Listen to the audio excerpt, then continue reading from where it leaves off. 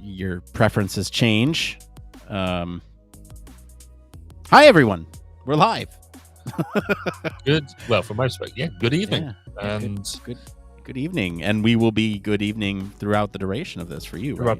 Yes, because rather rudely, for everyone else who has the usual login, I've asked for guest privileges to be able to pull the time forward a little bit. So I thank you all for your bearing with us. Yeah, thank you, everyone. We are live, extra 2 hours early tonight. Some scheduling issues. I call conflicts. They're not issues. Well, fundamentally, it's rather selfish on my behalf because I wanted some sleep. Well, yeah, So, blame Barry for the. I was going to say I've got an early start tomorrow morning, and I needed more than I think it was 2, 3, 4, 5. I was going to get 3.5 hours sleep, and apparently that's not good to start a 2 to 3 hour drive on. So it's all for the common good though, because I'm going and lecturing at what was my local university, and it's now not my local university anymore, by a good 2.5 hours away. But, your 2.5 hour away university. Yeah, so it's all for the greater good, apparently, or at least to future human factors practitioners, unless I really put them off. Before we went live, I was telling you, basically. So we were talking before we went live about going back to school and kind of what the point is and what the interest would be, what the pool would be. And we were talking about singular topics that would be, kind of that drive for a PhD. I was about to tell Barry that, my interest has always been kind of like in VR, and thought maybe that was it. As you age, as things change, that has changed. And the closest I've got to recently has been sort of what we're doing with the podcast lab. Like kind of exploring different ways to communicate with people about human factors messaging, and making it fun, interesting, exciting to talk about and learn about human factors. This obscure topic that, Yeah, I think my most recent one now has to. Well, it is around that climate ergonomics piece around climate change and the interaction between climate change and human factors. But again, it's one of these things. This is where I find the whole PhD thing weird, because nowhere else do you work in such a singular fashion. You work as part of a team, and so I've got my team working with me, and we're now getting partners on board and organizations who want to come and play. And for me, that's the fun bit. I don't know everything at this point, but I can really pull together people who can, and we can produce some quite exciting things. I'm quite enjoying just doing it that way, actually, just going and cracking on and playing with some bits. So that whole guide that we produced, we were looking at producing. In fact, I was in a meeting yesterday, I think it was, day before, whatever, where we looking to produce another 3 or 4 really practical guides at different levels, from the person on the street all the way up to government. So I haven't got time to do a PhD. I'm too busy trying to tell other people what to do and how to live their lives. Exactly. So you've kind of skipped that step, and you're like straight up professor now. I think this is really accurate. Not least of which the professors that I'm working with. You could always go the cheat way, right? And try to do excellence in the world in other ways and get an honorary. That's an idea. Do I not just need to buy people drinks at the bar at the right time? I think that's it, right? That's you just what's happened to our music? I don't know why that went away. There we go. We're back. All right, well, we're back with the music. All right, because us just pausing for a second to breathe is not good. It was the shock of you suggesting that we could just go through the honorary. Yeah, it was a mic drop, right? Oh yeah, right. All right. I'm still trying to do I'm trying to round out my blurb. Okay. Long. Here I can make some suggestions. If I'm sure you can. You've got a very lethal cutting hand. It's pretty heavy-handed here.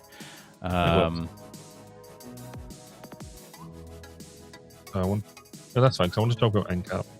Yeah, I'm gonna suggest here. I'm gonna heavily suggest. So you can just cut. It's fine. Let's see here. I'm not precious.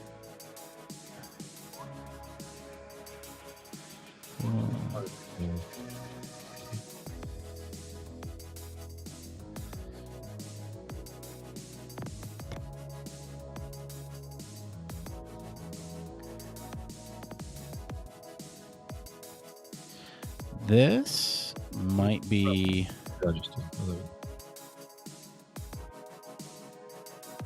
I do want some of that left in. Yeah, I know. I'm thinking this might be like some good amplifying information. Maybe not in blurb, but like something that we bring up, right, as like part of the restating the article bit. Yeah, fair enough. Yeah, okay. All right, so let's cut it. We'll paste it down in the like restate the article section. Yeah.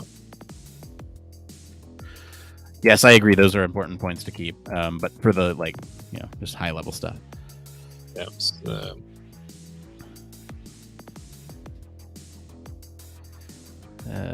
I have this in the examples, so let's go ahead and cut it.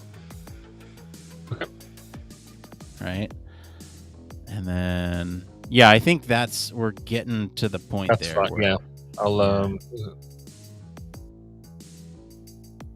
and I think if we all right. We need, let's see here, about how AI in. Oh shoot! I need to stop editing. Let's see here. Or suggest I need to edit. Now AI in self-driving in vehicles.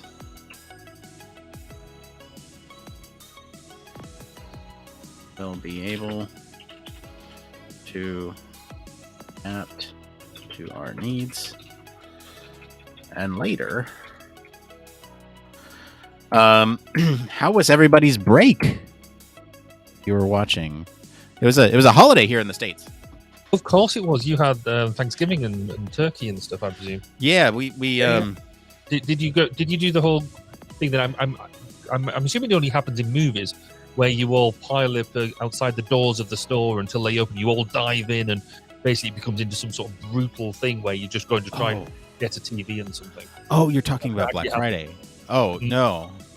I think there's been like a culture shift around Black Friday, at least, in civilized society, where now it's more about like compassion towards retail workers. And it's like, don't shop on Black Friday. And I mean, really, even the deals on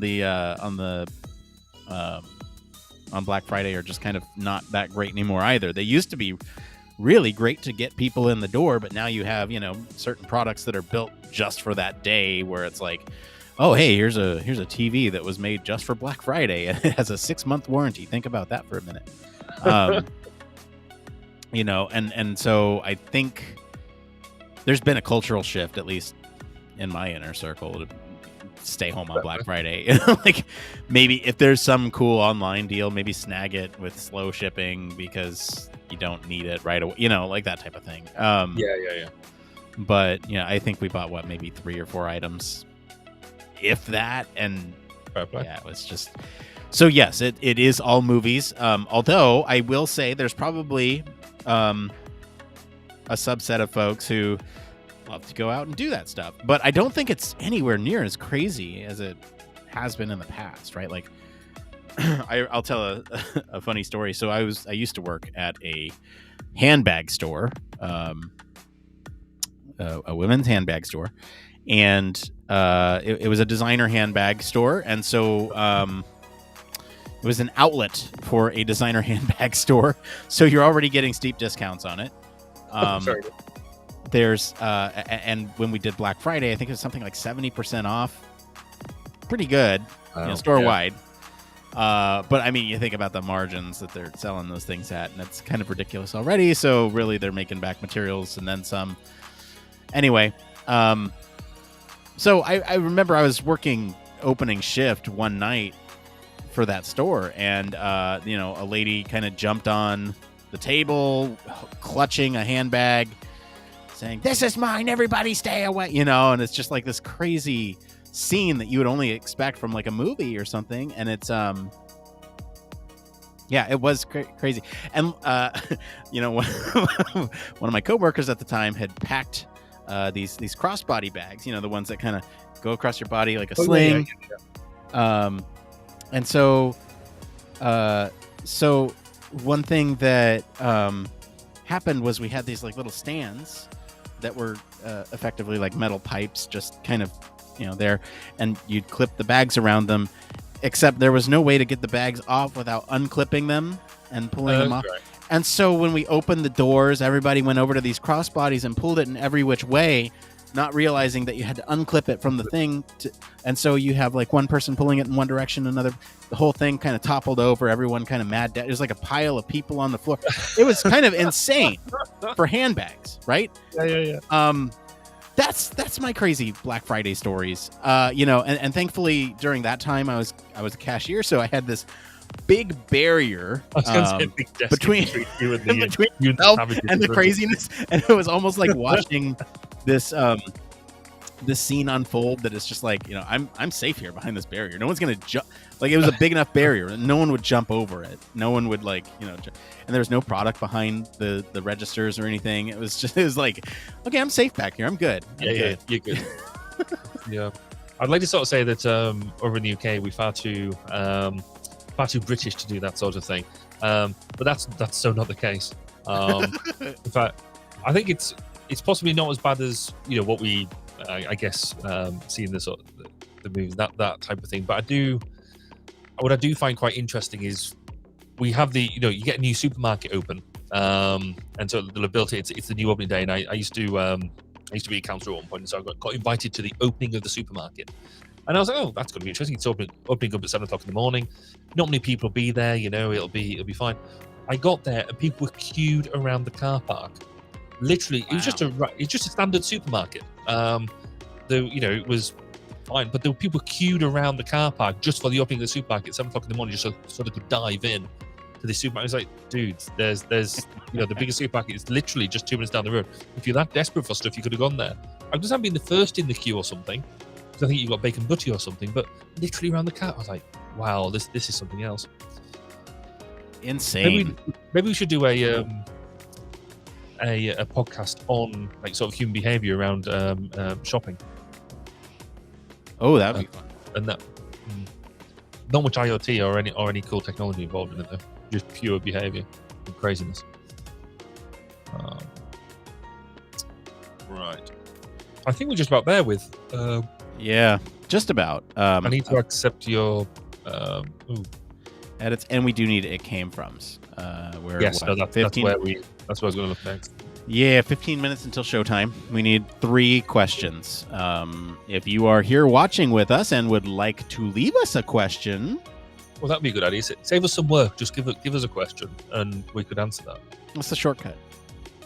Hey, by the way, I don't know if you saw the show notes, but we're going to change social thoughts. What? We can't do change? Yes, we can. It's going to be a good change. Okay, go on. So the plan going forward for social thoughts is, instead of the day of asking about a specific topic, what we're going to do is we're going to open up voting to the general public on our stories. Up till now, it's been patrons only, and that's fine. It's still going to be patrons have most of the say. Yeah. But going forward, we will allocate 20% of the total vote total. So if, 10 people vote. Yeah, okay. Or sorry, it'll be 20% of our total patrons, right? So if we have 10 patrons, we have more than that. But if we have 10 patrons, the general audience would get 2 votes. Ooh. Those could be swing votes and everything. They could be swing votes. Okay. That's kind of the interesting thing here, right? We have a lot of ties. We have a lot of ties on Patreon. Yeah. Like today, it was between this one and another one on. Oh, geez, what was it? We just talked about it in the. It was the. Oh, the ISS one. Yeah. ISS and debris one. Yeah. Yeah. So we had those, but we had a tiebreaker. And so what we'll do for social thoughts now is do a poll every Friday where we're asking the general public what they want us to talk about and to leave a comment about their favorite story. That way they have a week to see it. They have a week to respond. We can pin it to our profile. People can, all that stuff. Yeah. So we're gonna get a little bit smarter about social thoughts. I think maybe it's smart. I don't know. Maybe it's gonna fail spectacularly. It broadens the level of interaction and makes more people think that they've got a bit of an input into what we do. I think so. Yeah, that's kind of the hope, right? Very inclusive. I like that. All right, so we're going back all the way to November 22nd, 2021. That is when we got our last. That was when our last show was. And so what we'll do now. Here's what we're gonna do. Why don't you just take anything? So why don't you start from today, go back, and I'll start from 2022, and I'll work forward. If you find something, just throw it in there. We'll discuss later. I think that's gonna be. I'm trying to find one that I saw earlier today, and I voted on it, and I can't remember where I put it. Oh, okay. Found it. It's okay. No, I'm good. Great. There we go. Let's copy that way over. We deleted them ones. Excellent. Doing it. Speaking of Reddit, I need to post our monthly recap up there. Oh, do you have time today in the time that we normally do a post show? Is that still okay to do? Yeah, that's still good. Yeah. Okay. So we're gonna cut our post show short today to do that. But again, for the greater good. For the greater good. Yeah. Go back down to the bottom. UX job without the title. Welcome to my world. Yeah. Need to look out for a certain username. If we see anything from a certain username, we cannot use that username. That's cryptic. Yes, it is. Yeah, it is. I will let you know if I see that username, and we'll just ignore it. Yeah, okay. Yes, but yes, if you want to help us cheat here, and leave us a comment with a question, or concern, or just general HF stuff, HF query stuff, yeah, just drop it in the chat. We'll probably, you know what? I will say we will prioritize that sucker as long as it's clean. Yeah. Even if it's not, we'll yes. it up. Drop an F-bomb every other word, and we will clean that up. But then we won't show it on the show. If you comment, we can show it, right? Anyway. Well, that's true. Yeah.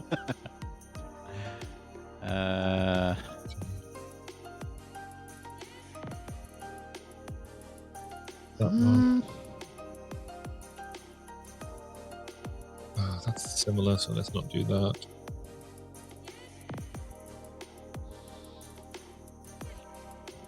I do find some of these ones quite interesting, where you sort of see them on quite a lot of forums.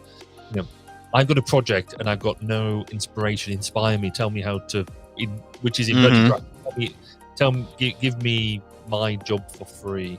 I hate those. I hate those. Those are my least favorite ones. Yes. But I've got no problem with students asking them sort of questions. I'll just be clear. If students are looking for inspiration, I think that's slightly different.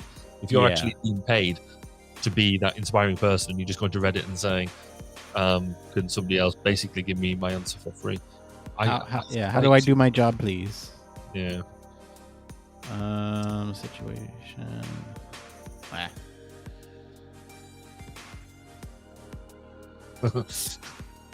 I won't use that one because it might end up using bad language as well. Again, well, in a nutshell, somebody graduating asking what basically the definition of what they just graduated in is. Like, well, okay, you weren't paying attention. It's whatever you want it to be. It's the definition is the friends that we made along the way. I like that. That's very philosophical. brush up. Okay, let's see here. A lot of these are advertisement. I feel like a lot of these are advertisements too, and I don't like those. Yeah. Yeah, basically, I want a new job, basically. Construction design skills from mobile. Don't know that one. How many have we got there now? We got We've got 3. We could do with another couple just to be able to down select them. Yeah, just to pare them down. This will be up to 30%.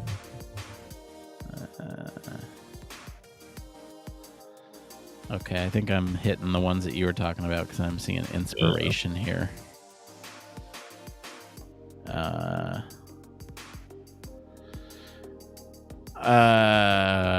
We've talked about this one, but I almost want to do a freaking masterclass on this one because it's such a cool idea, and I'm keen as. I was literally, yes, I was literally just highlighting the same one. Yeah, yeah, that works. Okay, cool.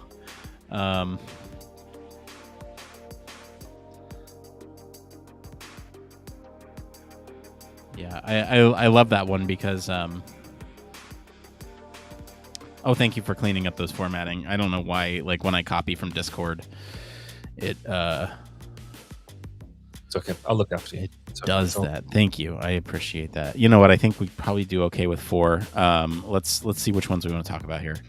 Yeah. Doesn't use Figma. Okay, and this then abstracts to other programs that you're familiar with. Yeah. Though Figma is getting really popular. It is getting really popular. Do you use it? Periphery. I get my team to use it. Yeah, my team uses it too. I have. I would love to get more. Again, it's that, we talked about that before. The trade-off between managing your team and actually being able to get down and dirty with the actual tools itself. I don't use it enough to be proficient. Really, really good at it. And it's much easier just to turn around to the team and say, "Look, this is what I want. Make it happen." Because they can really make it sing. But I've also played with Azure quite a lot as well. Again, I've got members of the team who are really good at it and can really make it sing. But yeah, anyway. I think if we take the first 2 and the last one, that's a good. Yeah, because actually them last 2 are kind of similar. They are kind of similar, but I do want to kind of stress the real customers. Let's get rid of that one then. So bank it. Put that in the bank. The bank and I think we could have gone through the bank and we could have, but I like to go through the things first and then put in the bank because I agree. We can always come back to the bank if we need it. Like it's kind of our safety blanket if we've gone through everything and then like, okay, we literally have nothing else. Let's go to the bank. Cool, that's that done then. Yeah. Like we've got 8 minutes. I haven't done my one more thing.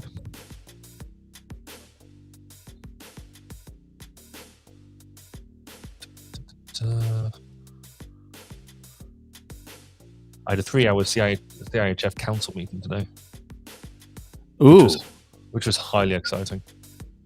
Some really good stuff. Actually. I mean, they're nailing down the next year's conference and all that sort of stuff, and other things that are quite exciting that are going to be coming out. Just 3 hours on a Zoom. Whoa, it's hard work. That is, 3-hour meetings are no easy feat. Oh, hey, let's accept these changes or reject them or whatever, and then in the blurb. Yeah, I totally get that 3-hour is awful. Why can't I accept the changes? I think you might need to accept the changes for some reason. Do I? Okay, that's weird. Okay. I don't know why I can't do this. I can comment and suggest it, but I can't accept it. We'll accept, and I think I had one more accept down here. Yeah, okay, cool. Oh, we're done. Cool. I just need to update this little blurb at the top that says, yeah.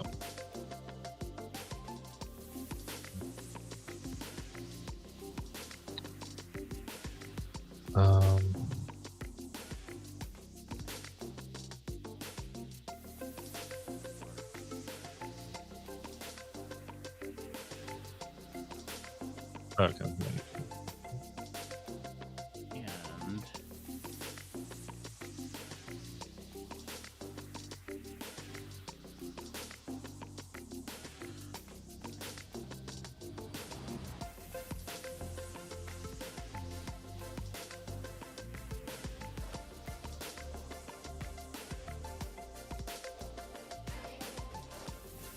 users.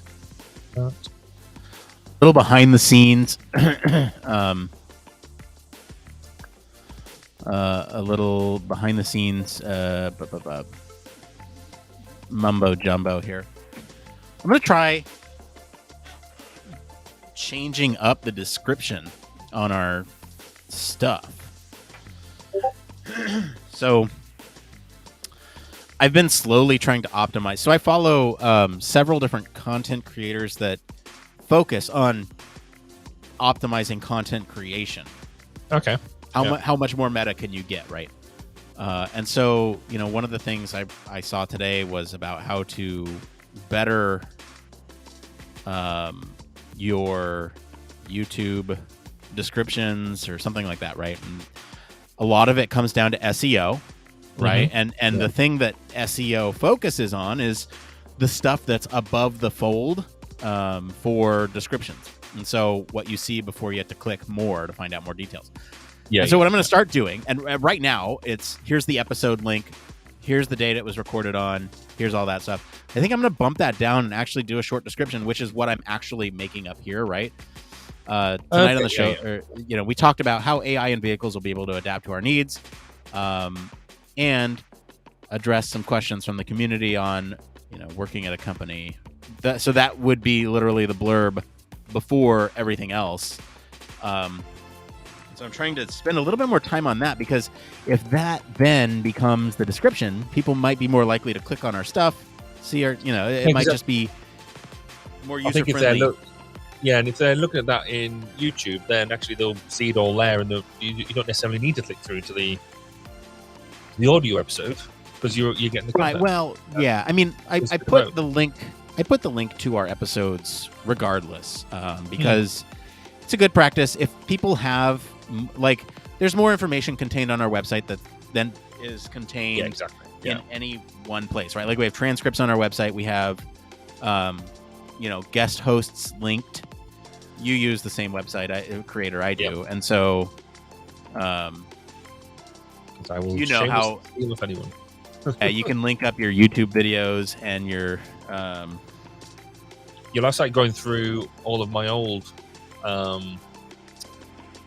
content and creating basically 10-minute blurbs, 10-minute shots of them. Yeah. So they go out on YouTube as using Headliner, I think it is. But their website is a bit of an iffy for me at the moment. So I can create that and then link it out to the main episode. So it's trying to get decent content on both.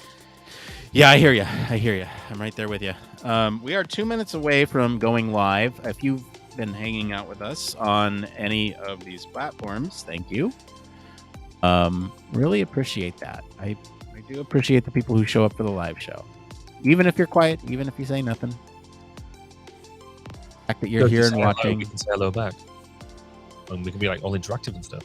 Yeah, I mean, the fact that you're here and watching, or wherever you're here and watching, because our patrons might actually hear this or watch this or whatever.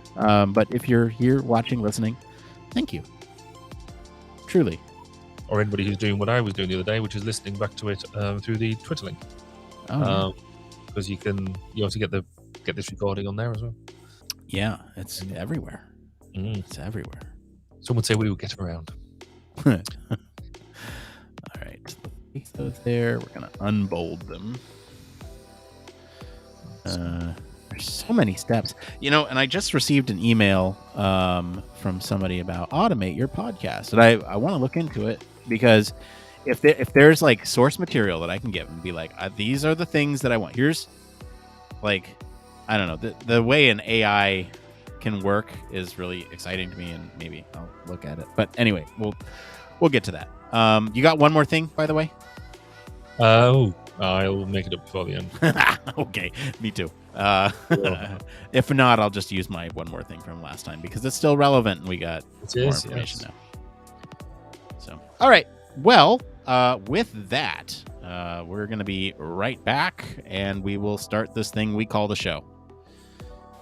Stick around, everybody. Thank you. One moment here while I remember how to podcast because it's been a week. Okay, there we go, right?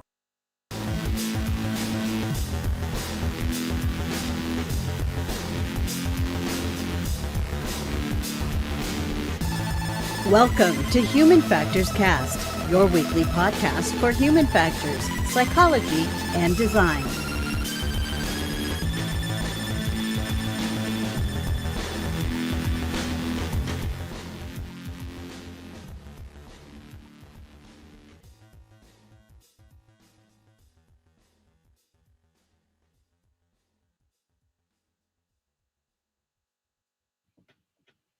Hello, it's episode 227. We're recording this live on December 2nd, 2021, and this is Human Factors Cast. I'm your host, Nick Roome. I'm joined today across the sea by Mr. Barry Kirby. Good evening. It's great to across be here the pond. Over the pond. What? Across the pond, over the way. Across the pond, isn't it? Yes. Okay. Well, you're here, and I'm happy you're here because we got a great show for you all tonight. We're going to be talking about how artificial intelligence and vehicles may be able to adapt to our needs. And later, we're going to answer some questions from the community about working at a company that doesn't use a certain tool that you're used to, how to approach a situation if you don't have a UX or human factors job title but do the work, and creating a portfolio with projects that don't have real users. But first, we have some programming notes for you all. And this one's a pretty big one here. This one's social thoughts. We're going to change this up a little bit. So we've been doing social thoughts for a while now, probably a couple months. And what it has intended to be is kind of reaching out to the community to get your voice involved in the show. And a lot of the times, we put this stuff out because we don't know what we're going to talk about because our patrons choose the news here. And so what we're going to be doing going forward, starting tomorrow, we're going to actually allow the public to vote on the news story that they want to hear. This is still going to be a reward for our patrons because they get higher vote share, right? The public's voice is only going to account for 20% of the total vote that we have of patrons, right? So it'll count for 20% of however many patrons that we have, and it'll be it can act as tiebreakers or just add on to the total. This will give everyone kind of a chance to chime in on the stories that we talk about on the show and give everyone a sense of ownership while still kind of rewarding our patrons and giving them a little bit stronger of a vote, if you will, for supporting us financially. I think it's going to be a cool change. Well, I'm excited to see it, how it all plays out here. We have a couple other updates here. So Team C's, those human factors minutes are going swimmingly. Barry actually did the latest one from a hotel room. So, we're we're chugging along on those. Yeah, oil rigs. And those will continue to come out through the end of this month while the Team C's effort is still going. By the way, quick update on that. I think we're at 17 million last I checked. So pretty close. Pretty close. Good. And then last but not least, of course, there's the holidays coming up for everyone's awareness. We're going to be around, I think, until the 16th on this program. So you got 2 more shows with us. But don't worry, we have some content in the works that will come out on the 23rd and the 30th for you all. Hopefully both days, maybe just one, depending on how much time it takes us to do this stuff. So stay tuned for that. It's going to be our typical recap of the year's stories, kind of a highlight of stuff that wasn't covered on the show that we want to talk about in just a free form. So you can expect that. Anyway, I've talked long enough. Let's get to the reason you are all here. It's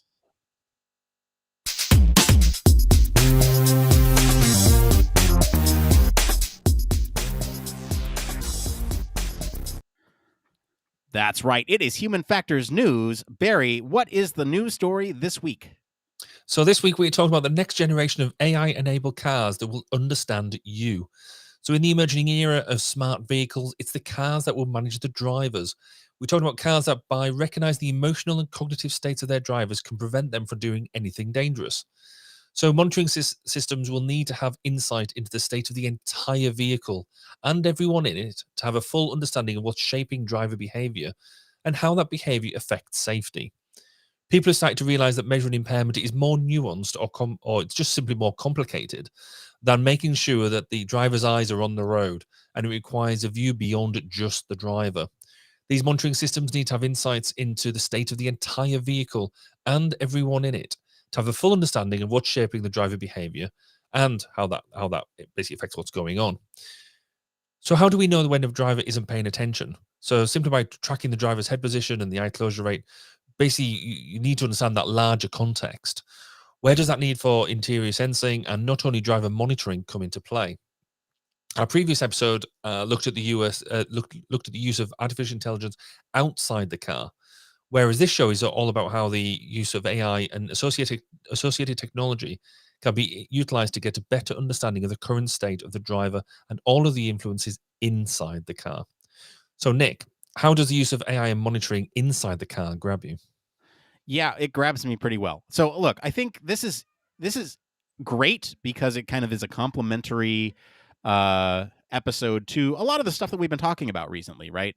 My general impressions here is that this is exciting to see that we're thinking about the entire system, not just like, okay, well, how does a driver deal with an autonomous system, but how can an AI system monitor the driver and provide subtle recommendations to that driver?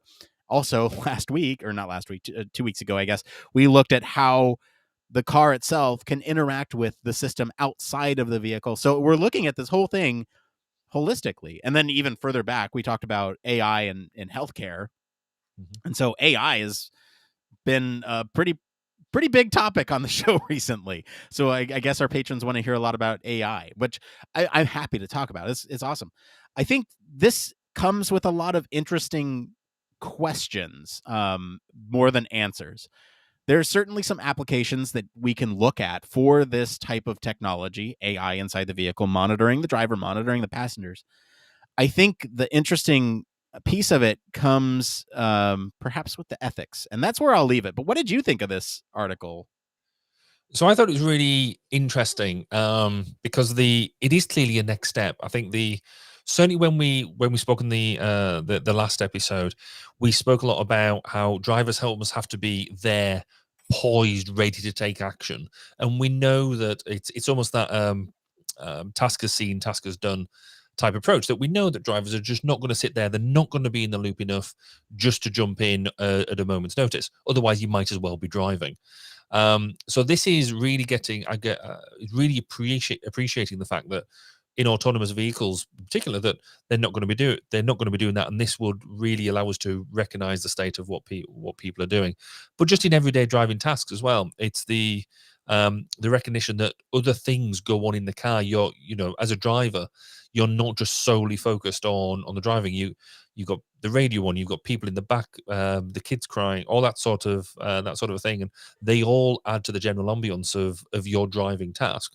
In fact, it really made me think. I don't know if you had that. Remember that Simpsons episode where Homer has to design a car, and he ends up designing the car, and basically the driver is in a bubble at the front, and that is the ideal possibly for many people, but we're not there, and I think this sort of recognizes that. So yeah, I think it's good, but I think we need to get stuck into it a bit more. Should we have a look at where we're at with the basically refresh everybody on where we are with the current state of AI systems within cars? Yeah, that's a great segue. I was going to say, why don't we take a look at this? Yeah, so let's take a look at AI inside cars. Then we'll maybe talk about the human factors issues with the drivers and passengers. And then we'll link it all back to the story like we usually do. We circle back and talk about all this stuff. So let's talk about AI systems in cars, right? So we have the elephant in the room, which is autonomous vehicles. And that we talked in depth for last week, So I keep saying last week. It was 2 weeks ago. So go back and listen to that discussion for more of a state on how autonomous vehicles themselves are doing.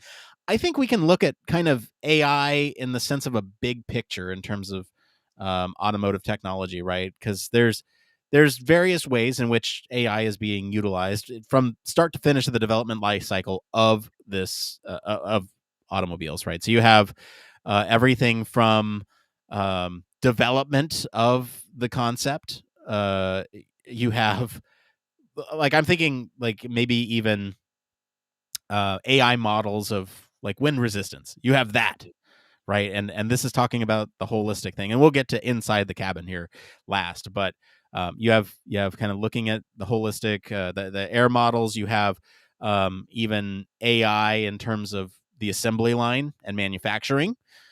So whether or not a car needs a certain piece, how to optimize that whole manufacturing piece to make sure that the timing of systems are just right and all that stuff. And then you also have AI on the road. Like I said, that's kind of what we talked about last week. And then this week, we're talking more about inside the cabin, monitoring drivers, passengers, that type of thing. It's almost worth it to take a step back and look at AI in terms of, just AI, not necessarily even in the cabin, but we certainly can look at that too. I'm thinking for AI, it's good for these complex solutions that we may not necessarily have the time or resources to have a human do those things.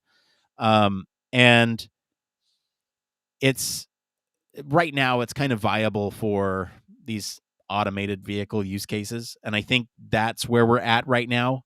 We're kind of just on the threshold of understanding how these automated vehicles can leverage AI to be effective, right? But I think there's a lot of drawbacks with this. These models, they're becoming so large because there's a lot of things that you need to account for, and you can start to extrapolate this to inside the cabin too, right? And understanding human behavior is incredibly difficult thing. Humans are bad at it, and so it's like we're better than most other species at understanding human behavior.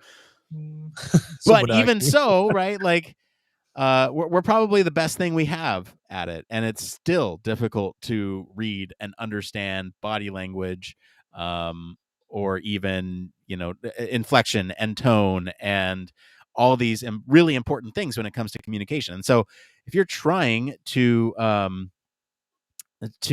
sort of develop an artificial intelligence system that is trying to monitor that stuff inside the cabin, you're gonna need a bunch of data for this type of thing. You're gonna need understanding of how decisions are made on the models themselves, right? Well, the data comes in. How does that model make decisions based on that data that comes in?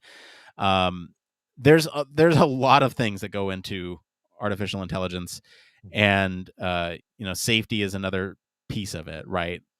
We can talk about this with some specific examples later, but I'm thinking of like the case where maybe the car or automated system within the vehicle misunderstands what a human is doing and creates a situation where it then puts the human at risk because of a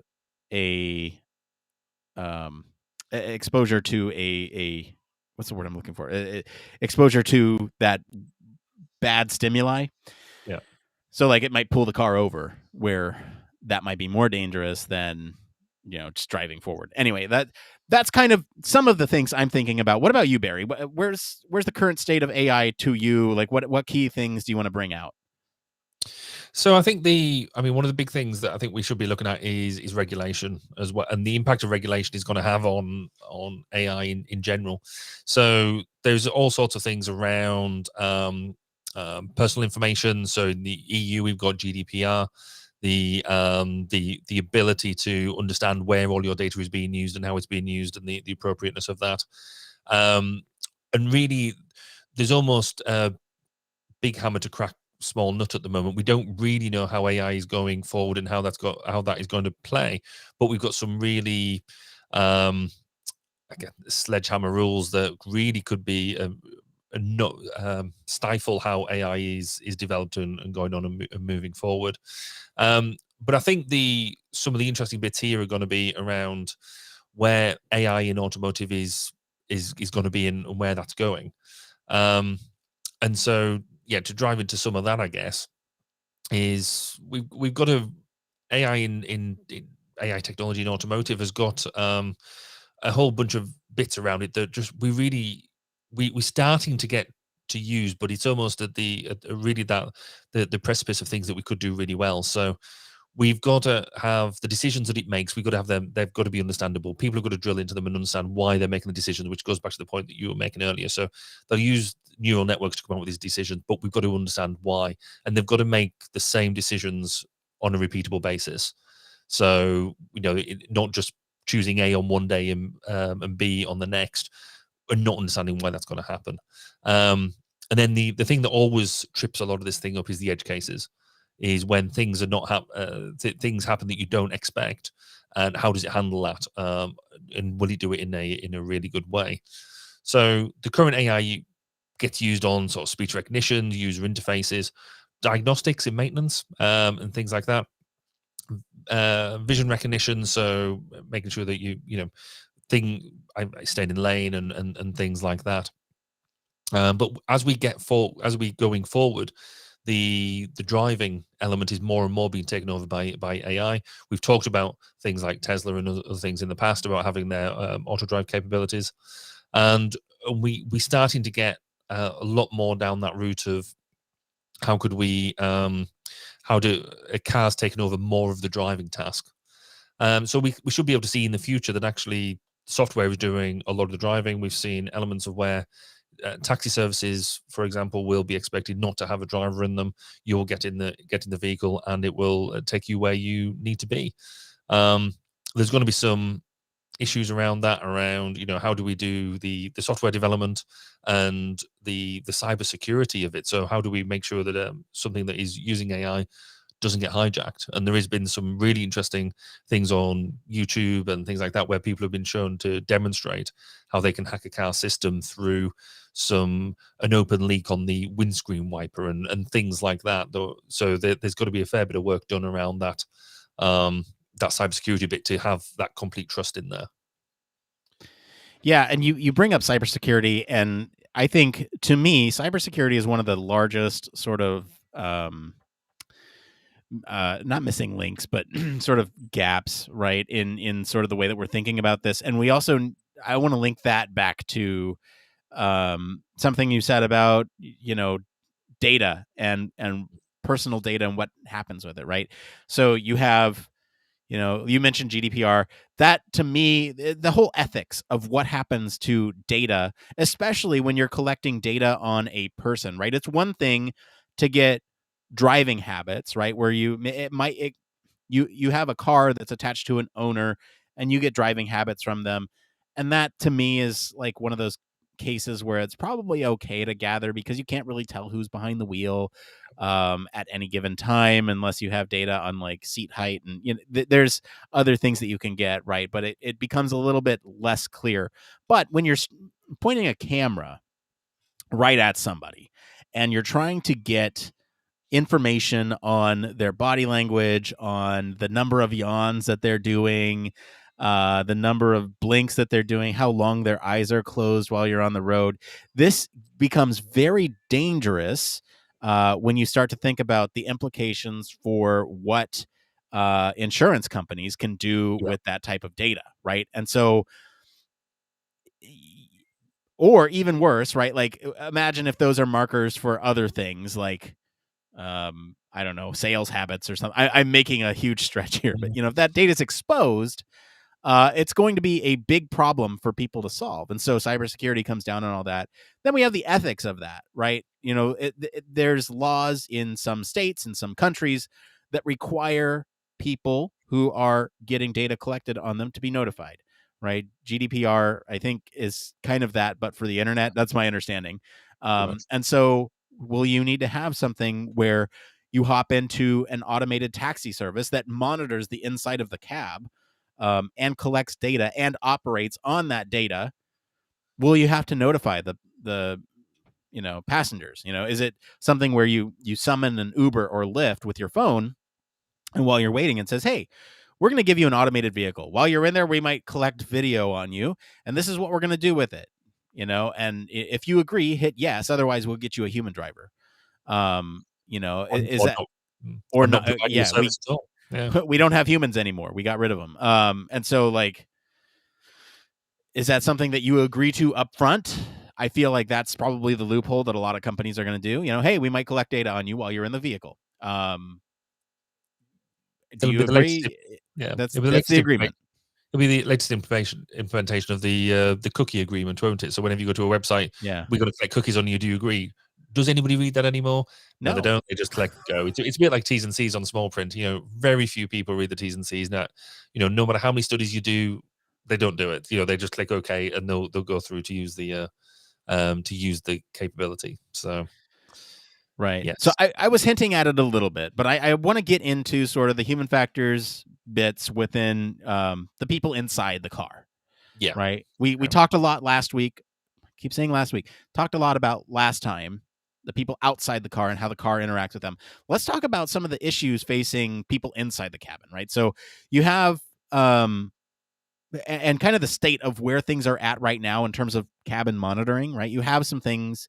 I think this is your point. Do you want to talk about this? Yeah, so there's already some basic driving monitoring tools on the market. So a lot of the systems have a camera mounted to the steering wheel or somewhere in the cabin that's tracking driver's eye movements, and particularly like blink rates and things like that, to determine whether the person's impaired. So they could be distracted, they could be drowsy, they could be drunk, or they might just have a really weird blink rate. Who knows? But fundamentally, driving is a complex, it's a cognitively demanding activity. You're doing a whole lot of things at the same time. So you're constantly planning and replanning what you're doing. You've got to concentrate on what you're doing, on the task itself. So you're trying to get from A to B. You're trying to navigate junctions. You're trying to understand where you are in relation to other vehicles on the road, as well as what's going on inside the car. So, have you got children crying? Have you got your partner talking to you? Have you got the radio on? Are you singing very loud music, as I sometimes do? Right. But it's not just about being in that moment. You've got to be anticipating what you're going to do next. Are you going to be going forward? Are you going to do some sort of turning? Is somebody else going to do something that you might have to react to? So you're anticipating where things may or may go wrong, or a light might stop. You might have missed a junction or something, so you're actually having to problem solve on the go. And do that sort of thing. You've got to be able to take complex situations with lots of different things going on. You could have bad weather and that type of thing. You've got to be able to react to that quite quickly and efficiently. And apparently, you're meant to do all this quite calmly. Some people may or may not do, and that's where AI might be slightly better. They might be slightly calmer than me. But you've got to do things quite quickly, quite effectively, because everybody's on the road, and the road is a very dynamic place, and different people have different attitudes to it. So then you might, if you're doing all of this stuff all of the time, if you're tired, and it could be just mild tiredness, like post-lunch dip, or it's because you've had a lack of sleep and long hours and that type of thing, that affects how you concentrate, and it'll give you this idea of what they call in the health safety terms of near misses. So where you haven't actually had an accident, but because you took a last minute diversion, then you have you could have had an accident. It was very, very close. It was a near miss. So I don't know whether you could talk a bit more about near misses. Yeah, those, by the way, are really not difficult, but yeah, they are difficult to collect information on, right? Because no one reports near misses unless there's like some spectacular thing that happened. Like you watch these dash cam videos of people who do these amazing recoveries, but don't have any damage to their vehicle, and you're like, oh yeah, that could have been really bad. And those instances, it's like we don't really collect a whole lot of data on that that I know of.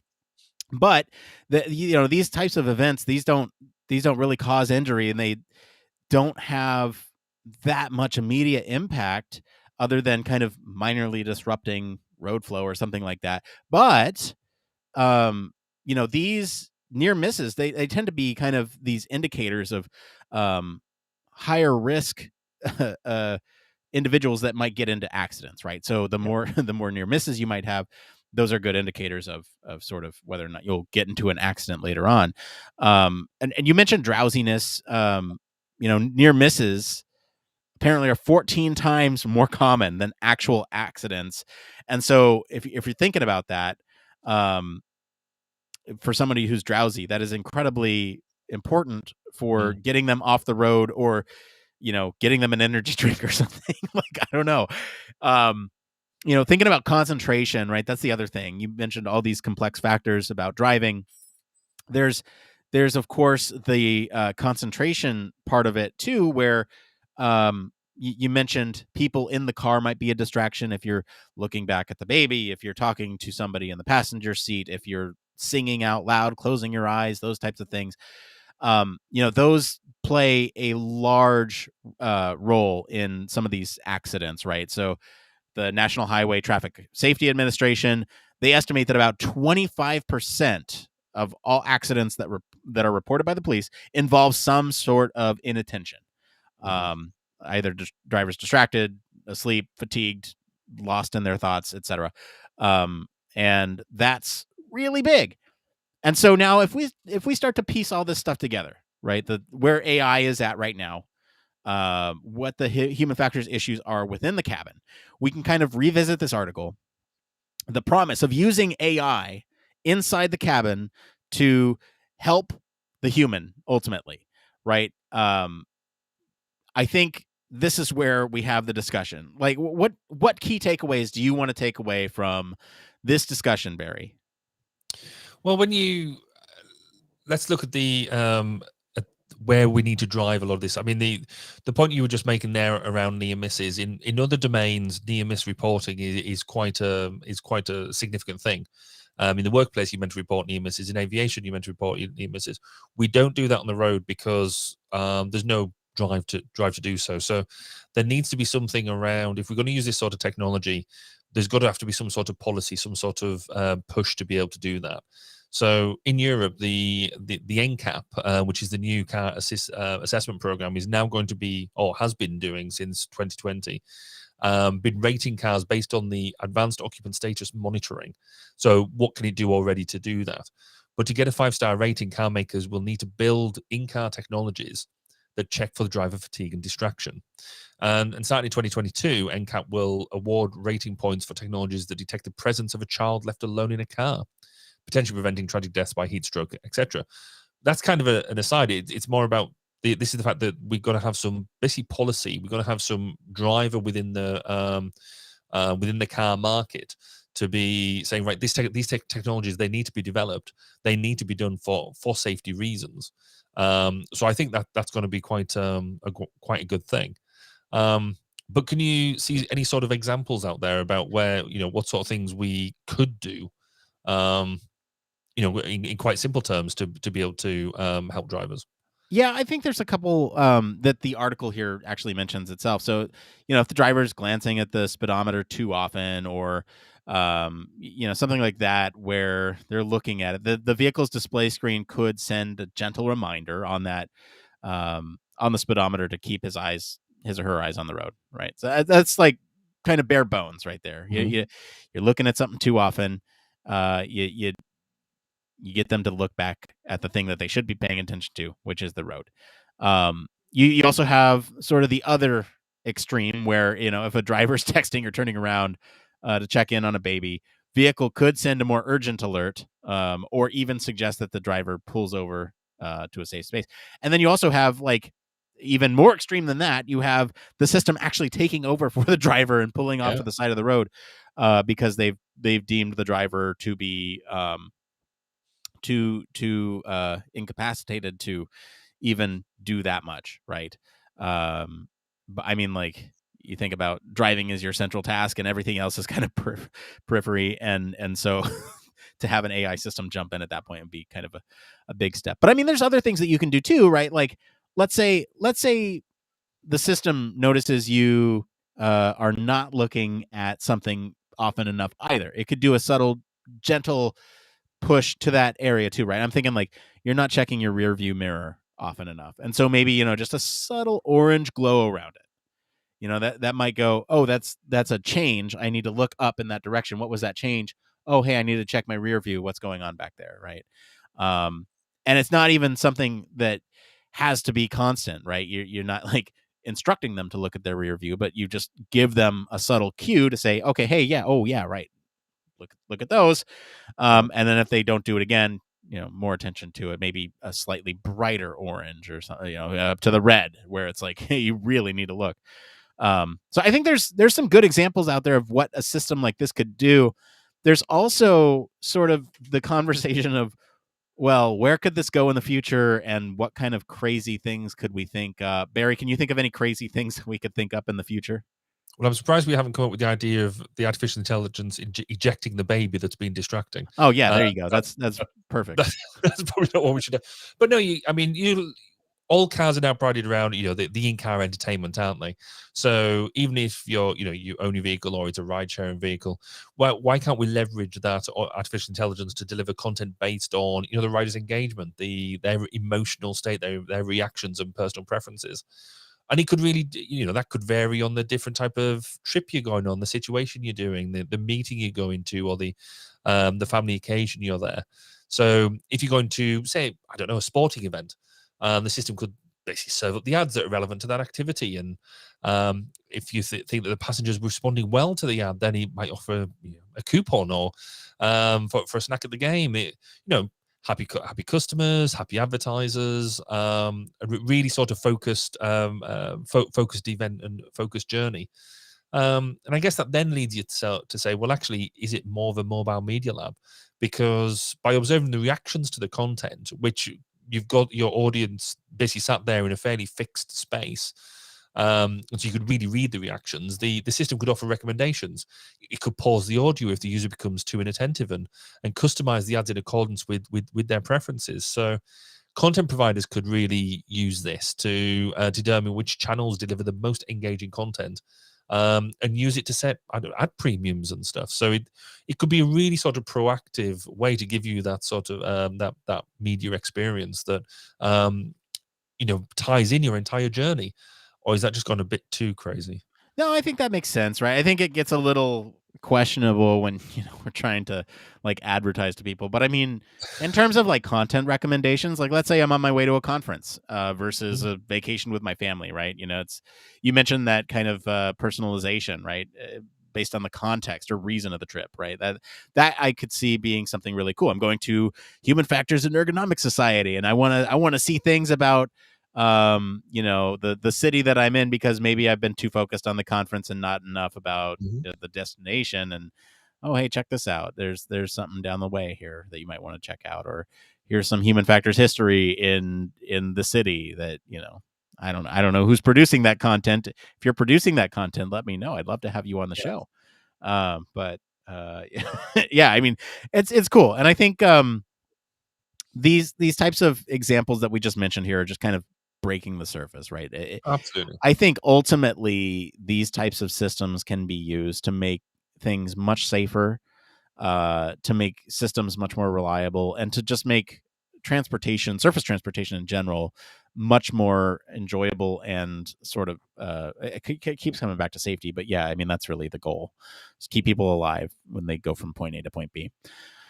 Any other closing thoughts on this one, Barry? I guess just one more, and it was kind of inspired, and I think I've mentioned him the other week, is a point that Professor Paul Salmon made on Twitter, I think it was today.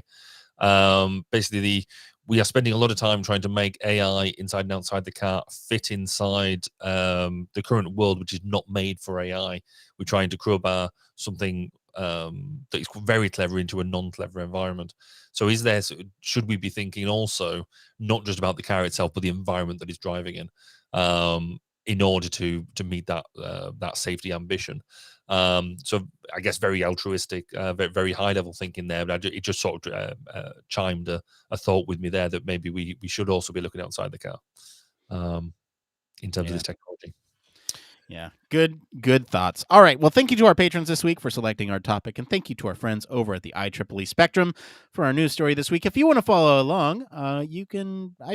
I've not been doing office hours, admittedly, but that's because news has been light. It usually gets pretty light around the holidays. Anyway, I sometimes do office hours. You can find me there, and we do post the links to all of our original articles on our weekly roundups on our blog. You can also join us on our Slack or Discord for more discussion on these stories.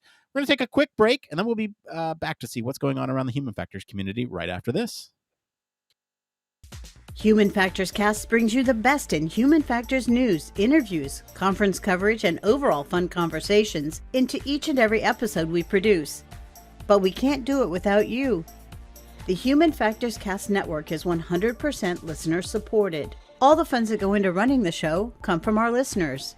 Our patrons are our priority, and we want to ensure we're giving back to you for supporting us.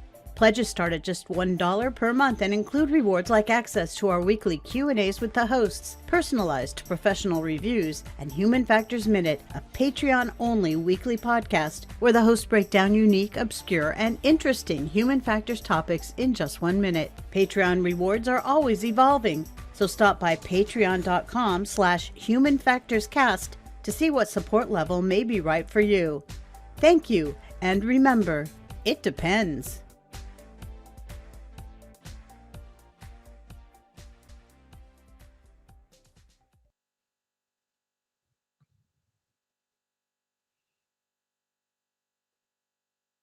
You're not saying anything. Oh, hey, there we go. Hey, huge thank you as always to our patrons. We had that moment where we've got to say you're on mute. Yeah. It's been how long since the pandemic started, and how long since I've been podcasting? Wow. All right. Huge thank you as always to our patrons. Especially want to thank our honorary Human Factors Cast staff, Michelle Tripp. Patrons like you keep the show running, so thank you so much for your support. I want to jump in to a little fun exercise that I like. Oh, and he's left us again. The ability for Nick pushing his drive is a bit interesting. But yes, as Nick says, the more patrons we have, then the more we can actually do. The way that the patrons work, they help pay for our hosting fees as well as the domain fees and all the other things that are associated with the show. And the other thing that we've been talking about quite recently is about Human Factors Minute, and that's been coming out quite religiously for the patrons. But actually, the more recent episodes have been coming around for the Team C's episodes. And if you heard the last Human Factors Minute, you would have heard an amazing rendition by myself, and that was all about the use of oil and oil rigs on and the way that sort of pollution happens. So if you haven't listened to the latest versions of Human Factors Minute, then I suggest you do so. There's a whole lot of content around, even though they're all 1 minute long. There's now 96 episodes out there, and that's including the Team C's episode. So that is a total time of 1 hour, 56 minutes and 16 seconds of just great content. Now, the irony is that even though you're meant to be a Human Factors Minute, and the clues in the name of being 60 seconds long, the average length of a Human Factors Minute episode is 73 seconds. So really, you're getting really good value for money because you're getting more than a minute a week. But there's actually 25 of them that are less than a minute.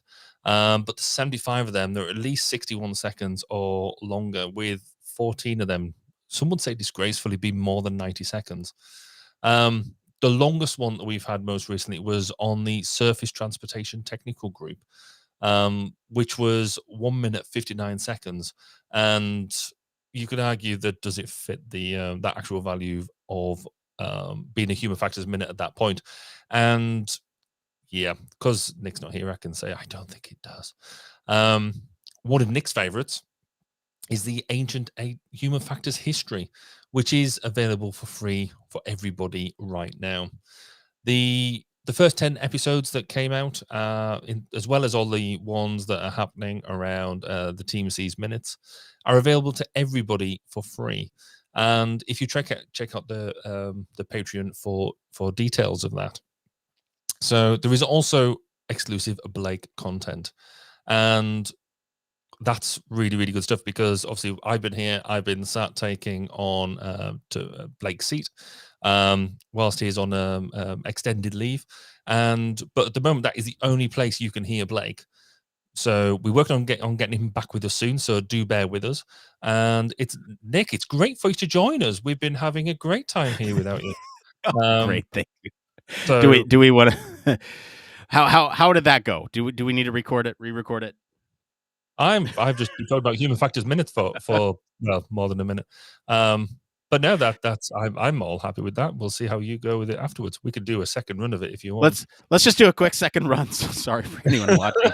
My internet decided to drop out, and it normally doesn't happen when we record. So I don't know if my agreement with my ISP has been breached because I've done it 2 hours early or not. Anyway, let's just take that from not the top, but from the bridge here. Let me take Oh no, I'm freezing up again. Are you still there? Did I lose you? Yeah, we're still here. Okay, great. Good. Okay. Wow, what a show, everybody! What a show. It's okay. So if I redo it, it will be an easier splice, and I will be there for the whole thing, and it'll look less choppy. So we'll just do that because I could just fade it in versus what's the word I'm looking for? Then chop me back in. You know what I mean? Now, if only my browser was not trying to freeze up on me too. I don't know what's going on. This is you're having a great time. No, it's okay. This is why people tune into the live show. So our patrons will get this whole audio, I think. Actually, no, they won't, because I'll splice in the actual show. But anyway, this is part of the fun of showing up to the live show. Absolutely. Is it's like NASCAR. You don't go to watch the race, you go to watch the crashes, and this is one of those crashes. So you speak for yourself. I was amazing.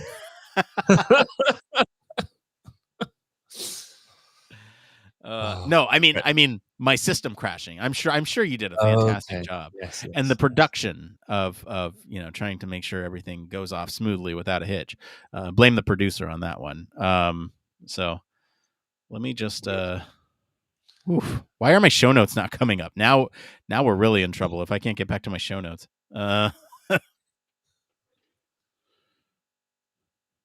So thank you everyone for dealing with us momentarily while we do this. I'm gonna give it just a couple seconds of silence so I can, if that's okay.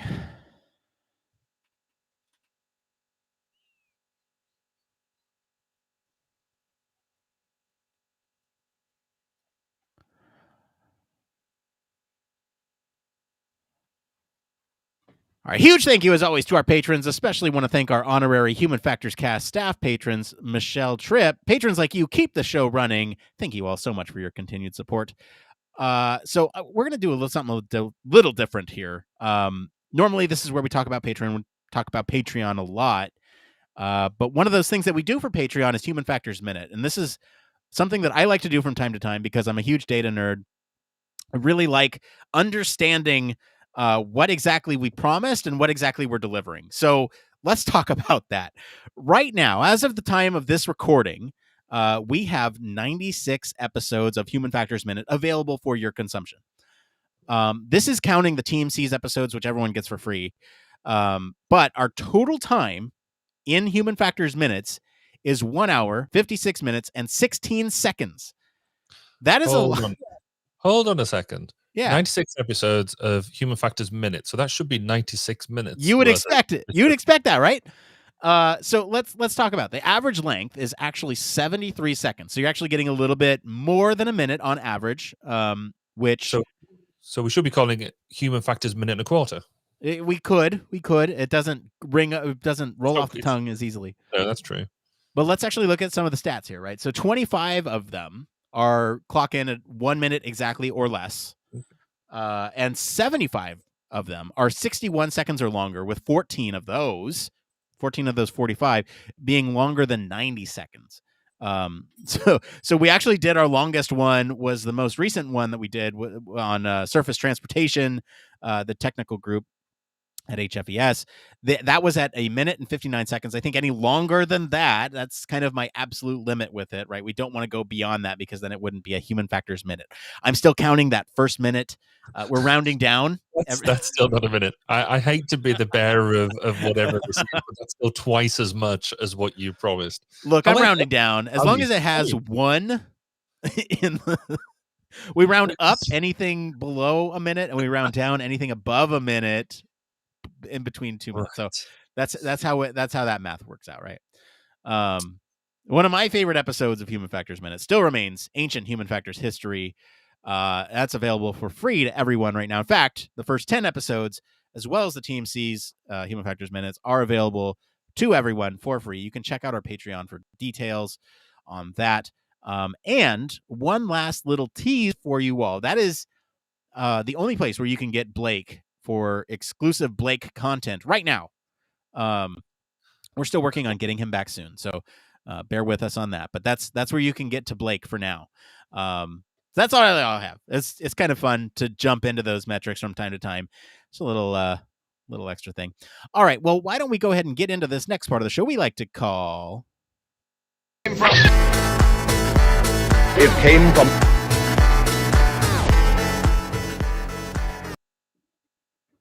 That's right. This is the part of the show where we search all over the internet to bring you topics the community is talking about. It came from.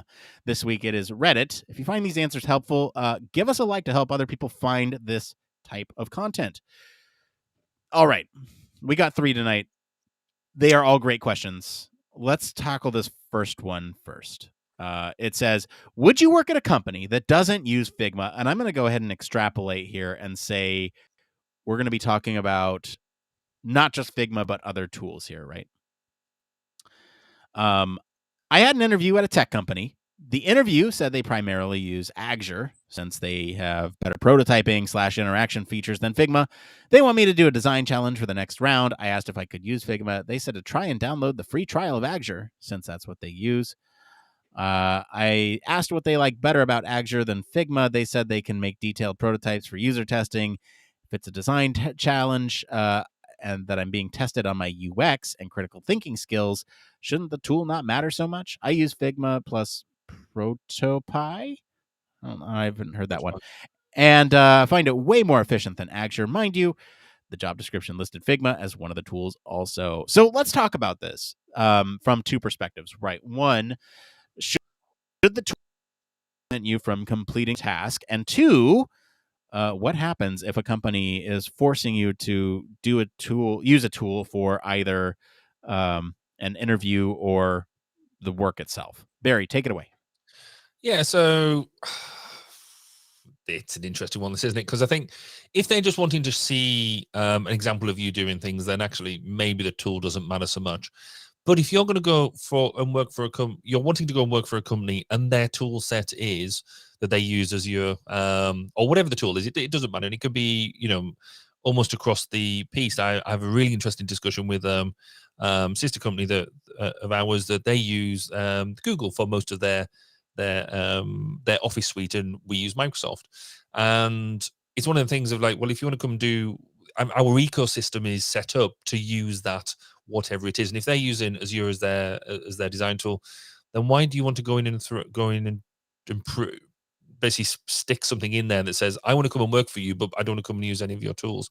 Therefore, you're making it harder for them to accept you, and for them to, if you want to go and work for them, then you need to be making yourself understand that's what they're going to go and use. So I kind of see that what this person is saying, actually, you want to do my design, you want my UX skills, critical thinking skills, and it shouldn't matter the way I do it.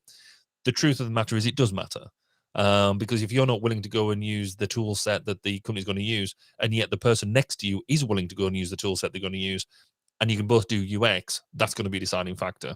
So, yeah, I think you just need to crack on and learn how to use Azure, because it is actually, I do agree to a certain extent that the two tools have their pluses and minuses.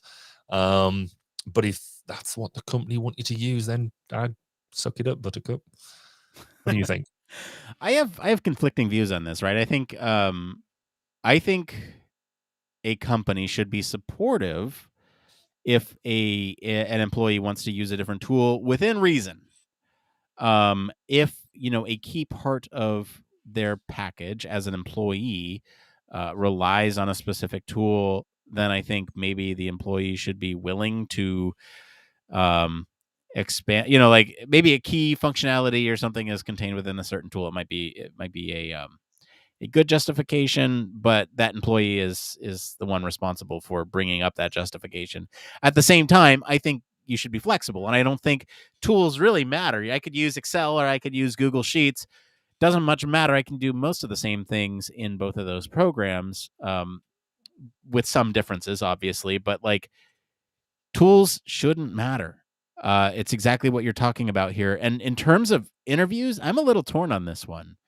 I think maybe the company should be more receptive to using a different tool. Maybe they don't have a license, and especially if you're trying to use a free version and evaluate somebody's skills based on their unfamiliarity with a new product. I think that's a little unfair. I think if an employee truly values somebody's ability to do the core responsibilities of the job, they should be willing to see what their work looks like and their preferred tool, and then kind of ask them to switch over and provide the training required.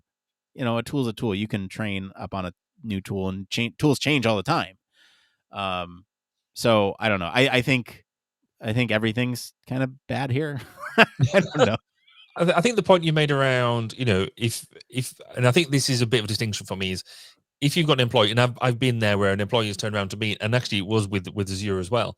They turned around and said, actually, you're doing stuff in this way. If you used Azure, then we could actually do it a lot cleaner, a lot simpler. You could do a lot of this stuff. And I was like, absolutely. Well, yeah, let's try it. Let's give me a demonstration. Let's pick a system. We'll design the system. Right. We'll run the system. And that's one thing, I think. But here, I think because you are wanting the job. And I kind of have that feeling of why, fundamentally, if the company's asked me to do X as a demonstration and there's two of us sat there, why would I do something that puts me at such distinct odds? If I'm wanting the job, and if I don't want the job that much that I'm willing to have a fight with the person who is not even my employer yet, then you don't want it that much. So what's the what's the golden egg at the end of this? You clearly want employment, and if you don't want employment, then why are you interviewing in the first place? Yeah, well said. I don't know. That's where I stand on that one. It's not too controversial. Learn to adapt to new tools and let people use their preferred tool. It's all the same, right? Completely conflicting information. Just make it happen. All right, let's get into this next one here. This one is by IDK. What to put as my user on the user experience subreddit. This is a UX job without the title. I'm a junior with a new junior role doing user experience. However, my title doesn't sound like the typical UX ones. It sounds more related to data or marketing. Will this matter when I'm applying for more UX jobs in the future? Barry, what do you think? Does job title impact your hireability for future prospects? No, not at all. I think if you... All right, we're moving on to the next one. No, I'm just kidding. Yep, Go ahead. No, I mean, fundamentally, if you're doing stuff and you really put down just a job title, you put down a bit of a description as well. Job titles, we've seen some amazing job titles from people who are at like sort of Google and them sort of things where you make up your own job title and stuff. I think the job titles itself doesn't really matter. I think you have your little bit of blurb which will say that you do UX work or whatever it is. And then you could, in fact, make it a bit more intriguing. So I don't think it really matters too much. But I go back to what I've said in previous episodes about the cultural differences between UK and US. Is UK, we typically don't have we don't have very discrete UX roles or UX researcher or UX designer. More people are clumped in together. You be a master of 2 or 3 trades, and that's fine. So there might be a bit of a difference in the US. What do you think? No. I mean, look, I've heard it both ways here. Let's slap my "it depends" button because in some ways, I wouldn't look away from anyone who submitted their resume for a position like just off the merits of job title. Like that's not something that I would do. I wouldn't go, oh, this person says they're data analysis and they're applying for a desired role. No, like that's not something that happens. I would look at it and I might scratch my head a little bit going, data analysis. That's interesting. but as long as everything checked out on the resume, like the stuff that they've written in their resume was like, hey, did this type of research, did this type of, and it's like, okay, well, I can see what you're going for here. Your job title just didn't match your role. And it's really what you're writing below that. And so to me, that doesn't matter. The thing where it might matter is where systems use automated, like let's say this is your only job and systems use automated sorting techniques to weed out resumes for a potentially highly sought after position.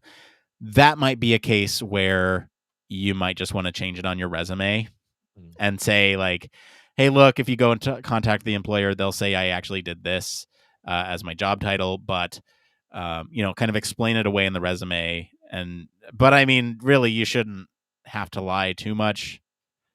It's fine. And like you said, Barry, I think it is actually more intriguing if somebody is coming from one of those other, titles, because then it's like, tell me that story. Yeah, exactly right. Yeah. So, makes you interesting, makes you unique. Yes, there you go. All right, let's get into this last one here. This one's from Jelandrail on the user experience subreddit. How to get projects for your first portfolio when you don't have real customers. Is there something like Front End Mentor? I don't know what that is. Or Briefbox for UX projects. I don't know what those are. But how do you get, let's see here, data when you don't have real customers?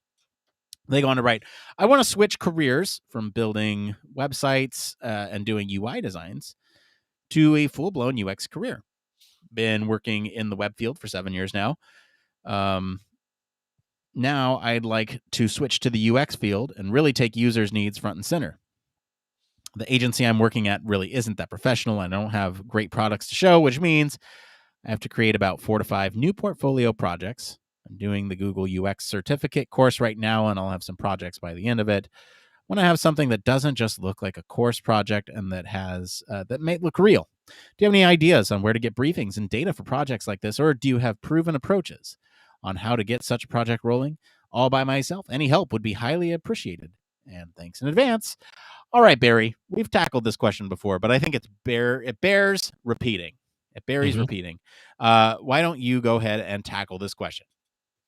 So I guess for me, a lot of it is around actually some cool ways of doing this is look at where local charity, local voluntary organizations might want some sort of experience. And you can basically get briefs from them and ensure that you're going to use some of your time and effort into producing then some great product. Not only then will you get some things in your portfolio, but you will actually find you'll probably make some really interesting contacts that you didn't think about making in the first place. So that will work. Also, actually making up your own projects isn't necessarily a bad thing. If you can work out problems and ideas that that could be solved in terms of sort of web design or websites, then as long as you document what you're doing and the use case that you're sort of doing it for, and the problem that you're trying to solve, you can actually roll through quite a lot of it on your own. But certainly the best examples I've seen of that is going down that voluntary route and finding people who need the websites that wouldn't necessarily be able to engage with them normally. That kind of works for me, but I know you've got some different ideas as well, Nick. So what's your suggestions? So let's see here. A couple things. I think your points are great, and I don't disagree with them at all. I think this topic is something that I feel pretty passionate about, and I have like a non-trivial, more serious draft of like a masterclass type program for exactly this. And if that's something that people are interested in and want to actually find out more about, I encourage you to write in to let me know that this is a great idea and that I should pursue it. Step-by-step guidance for how to do something like this to help students or people even who are looking to switch over into UX to build up their portfolios without the user data. If this is something you're interested, reach out. I'd love to hear from you.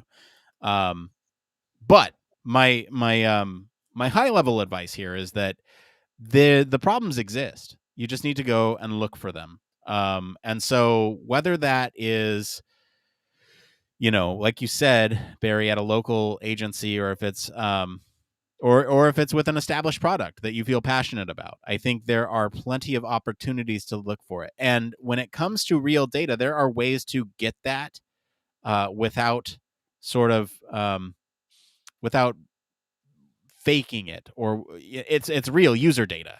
And that's the interesting piece to me, right? You can go to some of these forums that are out there, like the Reddit subcommunities or anything like that, and look for problems that people have with the program, the game, the system, whatever you're wanting to use for your portfolio, and find a way to solve it. And in your project, in your portfolio, cite that as a real issue that users needed fixed with whatever metric that you're going by, right? You can state it was by number of upvotes, days visible on whatever, or number of votes in a Zendesk platform or something like that, right? There are ways of getting real user data that you can use to populate projects, and it's a great place to look for ideas if you're stuck and don't know where to go next. Anyway, that's my tease. If that is something that you're interested in, let me know. I like I said, I have a not trivia. It's pretty thought out. So if that's something you want to see me produce, let me know. I'm happy to do that. All right. I think we get into this last part of the show we call One More Thing. It needs no introduction, so let's just get into it. Barry, what's your one more thing this week? So my one more thing was actually I was doing my planning for the rest of year for my podcast. I can't believe it's December. It is December. It's absolutely crazy because I basically got one more podcast episode for my thing to record this year, and I'm done. 2021, it's out there. So I think now it's that case of even though we've only just turned December, but we're getting into that festive season, and we're now going to think about parties and things like that, and whether we can go for parties with everything else that's going on. But it's that fundamental thing now. We can start that wind down. I've got a bit of a wind up before a bit of a wind down this month, but I just can't get over that we are talking about being in December already. It's just it's mind blowing in many ways. I want to jump in because the last, like, I don't know, 6 to 8 weeks of the year has this weird time dilation effect where it's both fast and slow simultaneously. Insane. Like Thanksgiving was a week ago for us here in the States, and it's like that was just last week. Wow. And it's like, Christmas is going to be here tomorrow, and it's like, wow. All right. Yeah. Anything else for your one more thing? No, that was it. I just quite this year's gone by in a flash of an eye. Yeah. So, what about you? So, where are you at? Well, my one more thing is going to be the same one more thing that I had for last week, except now we have more details. So, on Friday, December 17th at 1 p.m. Eastern, is going to be the first HFES presidential town hall. So HFES is putting on this town hall. Yours truly is going to be moderating the event. And it's basically an opportunity for you to discuss the latest human factors industry news, trends, even state of the society. If you want to show up for that, it's Chris Reed is going to be there for the show, and we'll also have President-elect Carolyn Summerich is going to be there as well. So it's going to be a great time. Come ask your questions. We're still working on setting up the event itself. You can find it in our feed right now. We're working on getting it linked up for all of them as well. You can find it on any of our channels, any of the HFES channels. It will be out there. But that is going to be it for today, everyone. Let us know what you guys think of the news story this week. If you like this episode, we do invite you to check out the episode that we did just last time, episode 226, where we take a look at the state of autonomous vehicles and how they interact with the pedestrians. Comment wherever you're listening with what you think of the story this week. For more in-depth discussion, join us on our Slack or Discord communities. You can always visit our official website, sign up for our newsletter to stay up to date with all the latest human factors news. If you like what you hear, there's a couple ways that you can support the show. One, you can leave us a 5-star review. That is free for you to do. You could do that right now and it makes us happy when we see those. 2, you could tell your friends about us. That is also free for you to do. It's a little bit more social pressure because you have to work it into conversation, but that is how we grow. That is an awesome way to help us grow. And 3, if you're able to financially, it is the holiday season, so I totally get it if not. But if you want to make our holidays, you can consider supporting us on Patreon. We are 2 away from being self-sustainable, and we have some interesting applications that we're looking to spend the next tier of donations in. So, as always, links to all of our socials and our website are in the description of this episode. I want to thank Mr. Barry Kirby for being on the show today. Where can our listeners go and find you if they want to talk about automated vehicles, AI inside cars? On Twitter, you can find me at Baz_K. And you can also listen to my ramblings on 1202, the Human Factors podcast, which you'll find at www.1202podcast.com. As for me, I've been your host, Nick Roome. You can find me streaming on Twitch some Mondays for office hours and across social media at Nick_Roome. Thanks again for tuning into Human Factors Cast. Until next time, it depends. All right, I'm kind of lying here. We're not really going to do a post show tonight. We got some other stuff we need to record, but it's been fun hanging out with you all. So thank you for sticking around on the show despite our technical difficulties, and we'll see you next week. If anybody wants to tell Nick just how great my bit was when he wasn't here, then feel free to message him. Oh, I'm going to go back and watch it, Barry. I'm going to go back and watch it. And in fact, I'm probably going to insert the audio at the end of the patron thing just because. All right. All right.